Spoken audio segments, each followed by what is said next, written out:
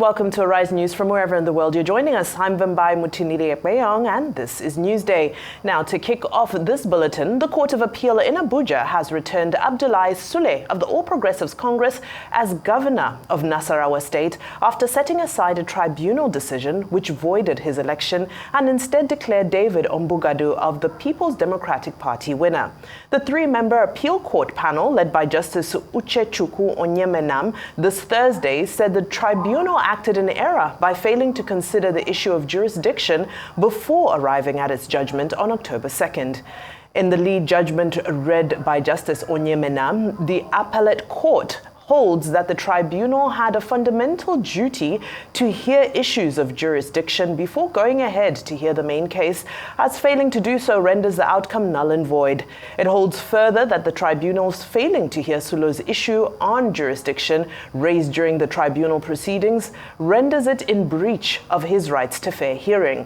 Speaking on the merit of the case, the appellate court says David Ombugadu and the PDP didn't have enough grounds to sustain the claim of overvoting, which was key among reasons for the tribunal avoiding the election of Abdullahi Sule of the APC.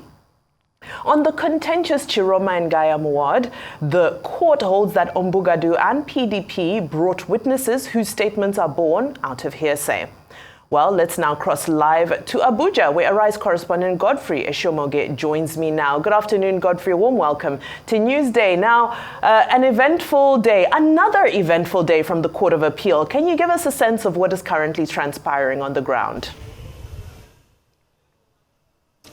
Good afternoon, Vimbai. It's a celebration in the APC camp. Abdullahi Sule has got his governorship ticket back as the Court of Appeal today says the PDP and David Ombugadu, the candidate of the party who contested the governorship election in Nasarawa State, fielded inadmissible evidence, which of course the court deemed not proper.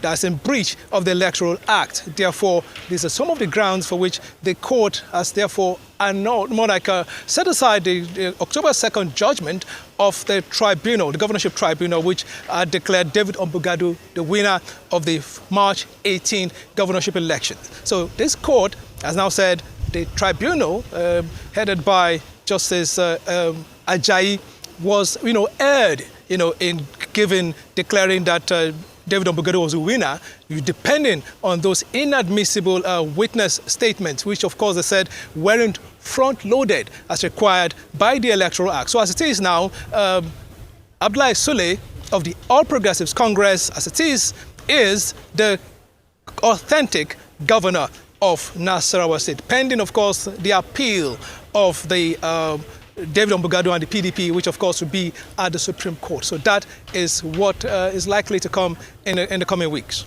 Now, it seems it's quickly becoming a trend where we see the appeal court overturning what we saw at the tribunal courts. Did you get a sense of expectation that people on the ground are now getting used to the fact that anything can happen? Appeal is highly likely to be changed in the current climate we're in.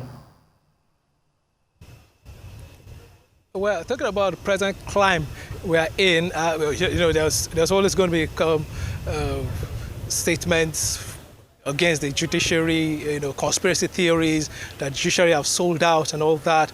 People who don't understand the workings of the justice system, the Constitution, and of course the Electoral Act. So the court states pretty clearly that the provisions of the Electoral Act, particularly with respect to jurisdiction and then the Constitution, wasn't followed in this instant case, that of Nasarawa. So jurisdiction wasn't followed in deciding on what it decided today. Said first of all, the court in the tribunal in Nasarawa State, which declared David Ombugadu winner, didn't follow the right procedure in disregarding the issue of jurisdiction. That is one point. The issue of jurisdiction said that should have been attended to first before going to the main matter. That it was too hasty to go to the issue of the main matter, substantive matter, disregarding jurisdiction.